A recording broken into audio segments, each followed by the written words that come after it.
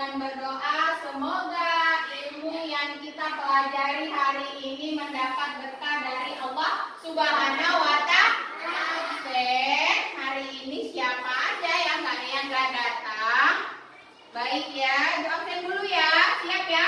Angkat tangannya ya kalau yang nggak datang. Yang datang. Oke baik. Yang pertama Adelia Febriani. Hadir Bu. Iya. Syarifah Natasha. Hadir ke sekolah. Kali ini kita masuk ke bab 4 yaitu mengenai menyambut usia balik dengan materi menyambut usia balik menurut ilmu fikih. Oke, ada pertanyaan untuk kamu ya. Yang pertama, apakah kalian mengetahui tanda-tanda usia balik menurut ilmu fikih? Tahu. Kita ada tahu. Kemudian, tahukah kalian tanda anak laki-laki yang sudah masuk puber? Oke, baik. Kalau udah tahu kita langsung masuk ke tujuan pembelajaran kita hari ini. Yang pertama, menyebutkan tanda-tanda usia balik atau kedewasaan menurut ilmu fikih dengan benar.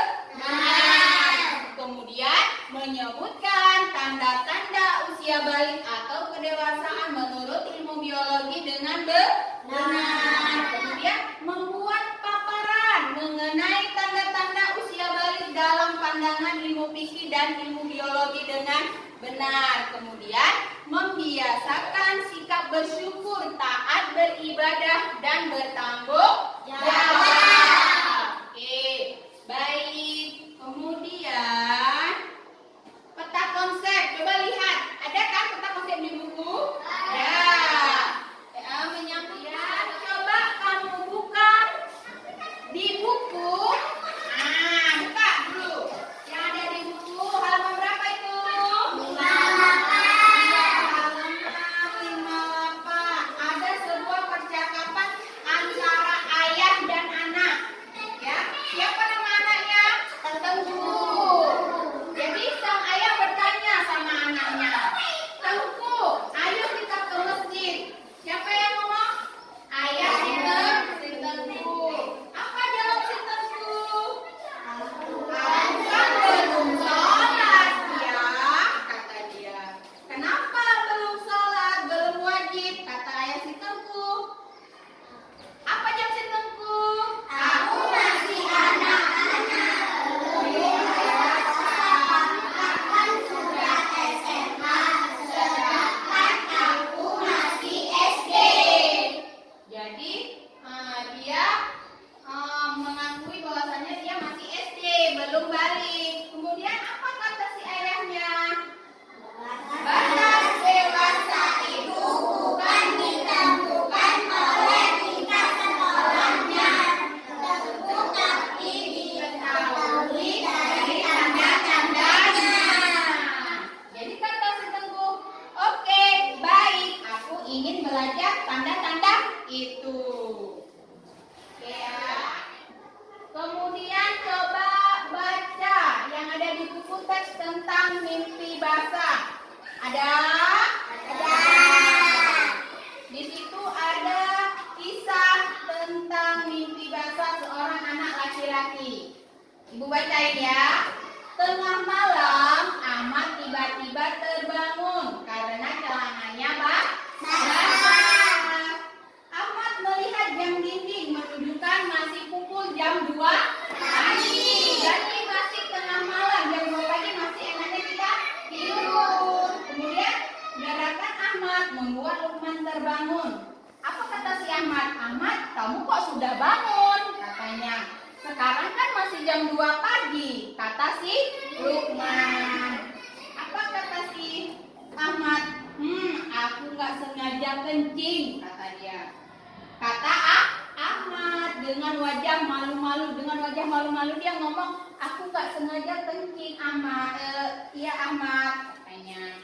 Kemudian, wah sudah besar kok masih ngompol, kata si Lukman kepada Ahmad. Setelah mengambil celana pengganti di lemari dan hendak pergi, ke kamar mandi, tiba-tiba Lukman mencegat Ahmad. Tunggu, Ahmad, air kencingnya kok sedikit? Kenapa cuma terkena celana? Tidak tercecer di tempat tidur? Tanya Lukman. Iya nih, aku juga nggak tahu, jawab Ahmad singkat. Sambil berlari ke kamar mandi, sambil lari dia bilang, entah nih, aku nggak tahu kenapa aku bisa kencing di celana, katanya. Jadi setiap kelompok nanti mengerjakan pengalaman tentang kita kelompok. Jadi setiap kelompok nanti mengerjakan pengalaman tentang bahasa ya. Kemudian buat daftar pertanyaan tentang mimpi basah yang pernah dia alami. Ya. Oke, kemudian kita masuk.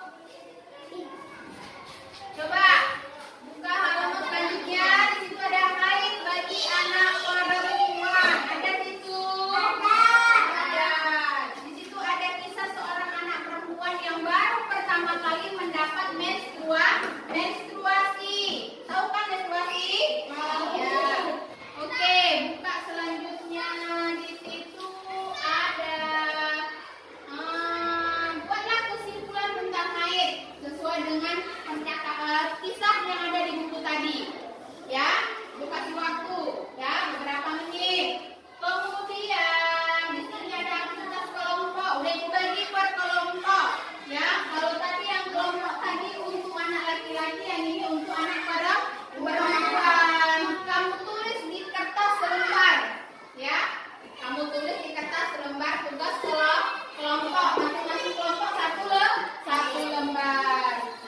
Oke, kemudian kita coba masuk game atau permainan supaya kita nggak bosan. Ya, nggak bosan. Tadi sama-sama. 1, 2, 3. Anak-anak Nabi ada 7 orang, 3 laki-laki, 4 perempuan. Pertama Qasim, kedua Ibrahim, Zainab, Ruqayyah, Umi Kalsum, Fatimah. Ayo, coba bangun. Coba siap. Oke, jadi menurut bahasa balik artinya sampai. Oke, boleh duduk kembali. Kasih tepuk tangan dulu buat Indra. Kalau sudah tamat dia ya, Groundnya 63. Di situ ada berumur 15 tahun. Jadi anak laki-laki yang sudah berumur 15 tahun berdasarkan perhitungan kalender Hijriah berarti dia sudah masuk masa balik. Jadi kemudian dia sudah wajib mandi ya. Sudah wajib mandi, wajib. Jadi ada urut-urutannya karena mandi wajib. Yang pertama di situ kita lihat mencuci kedua telapak tangan. Ya, 3 kali menuangkan air pada anggota badan. Kemudian mencuci alat kelamin dengan tangan. Kemudian membersihkan tangan kiri, menggosokkan ke tanah atau pakai sabun. Ya, kemudian membasuh kaki. Kemudian menuangkan air pada anggota badan. Kemudian berwudu dengan sempurna.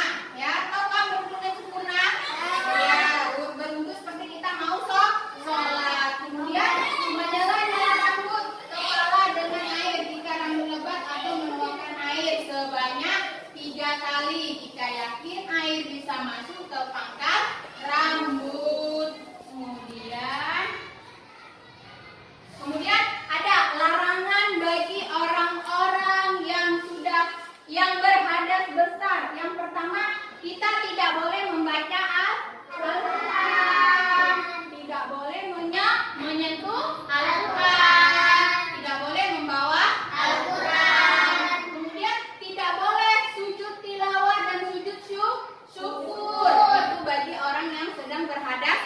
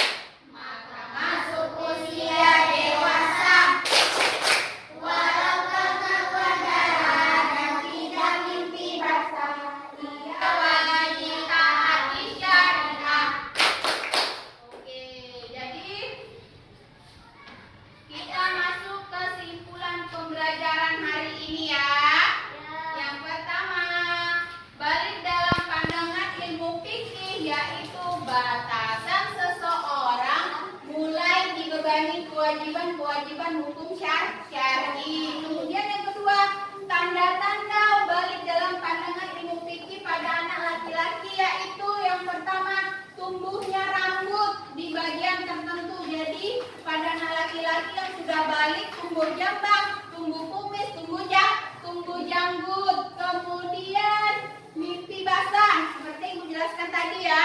Kemudian suara semakin berat, semakin besar. Biasa kalau anak laki-laki suaranya semakin besar dia, berat dia ya kalau udah balik. Kemudian pada usia balik dalam ilmu fikih pada anak perempuan yang pertama yaitu mengalami ada PR ya di rumah nanti. Coba buka tes halaman 73. Di situ ada 1, 2 sampai dengan 5. Ada PR ya. Kamu kerjakan di rumah ya. Kalau udah selesai kita menyanyikan lagu wajib nasional, nyanyi Halo Halo Bandung ya. 1, 2, 3. Halo Halo Bandung. Kota beriman. Halo Halo Bandung. Kota senang kenapa.